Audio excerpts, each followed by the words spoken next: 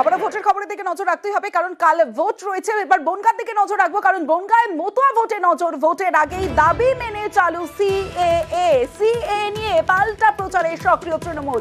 এবং কোন ফুল বাজবে উদ্বাস্তু মতুয়া মন। অনিরুদ্ধ কীর্তনিয়া রয়েছে আমার সঙ্গে, অনিরুদ্ধর সঙ্গে কথা বলবো।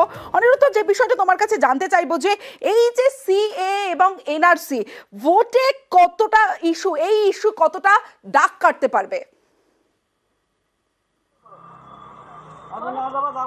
দেখো তমশ্রী, তোমাকে জানিয়ে রাখি যে উত্তর 24 পরগনার এই বনগাঁ আসন মতুয়া ফ্যাক্টর, এটা আগাগোড়াই। এবং 2019 সালে মতুয়ারা যে বিজেপির পক্ষে ছিল তা বিজেপি প্রার্থী জেতার পরে কিন্তু বোঝাই যায়। কারণ 2019 সালের আগে এই বনগাঁ লোকসভা তৃণমূল কংগ্রেসের দখলে ছিল। 2009 সাল থেকে এই আসন বিন্যাসের পরে, অর্থাৎ বনগাঁ আসন তৈরি হওয়ার পর থেকেই তৃণমূল কংগ্রেসের দখলে ছিল। যথেষ্ট রকম আধিপত্য বজায় রেখেছিল তৃণমূল কংগ্রেস। 2019 সালে মতুয়া ভোট যখন ঘোরে বিজেপির দিকে, তারপরেই তখন কিন্তু দাবি ছিল এই সিএর দাবি নিয়েই মতুয়ারা কিন্তু প্রাথমিকভাবে বিজেপিকে ভোট দিয়েছিল এবং 19 সালে দখল করেছিল এই আসন বিজেপি। এবং সেই আসনেই প্রার্থী করা হয়েছে শান্তনু ঠাকুরকে, যেখানে মতুয়াদের যে দাবি ছিল সিএএ বা নাগরিকত্ব, সেই নাগরিকত্ব প্রদান করেছে কেন্দ্রীয় সরকার বা নাগরিকত্ব আইন পাস করেছে কেন্দ্রীয় সরকার। মতুয়ারা এবার কোন দিকে যাবে? আগামীকাল বনগাঁ কেন্দ্রের নির্বাচন। অন্যদিকে কিন্তু তৃণমূল কংগ্রেস প্রার্থী করেছে।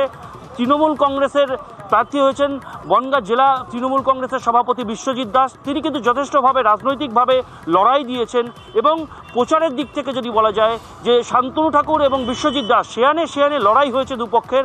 এবং আগামী সঙ্গে থাকো, বনগাঁর শান্তনু ঠাকুরকে ঘিরে বিক্ষোভ, সেই ছবি আপনাদের দেখাবো। বনগাঁর ছবি দেখাবো, যেখানে শান্তনু ঠাকুরকে ঘিরে বিক্ষোভ, যে ছবি আপনারা দেখছেন, বনগাঁর ছবি দেখাচ্ছে আপনাদের।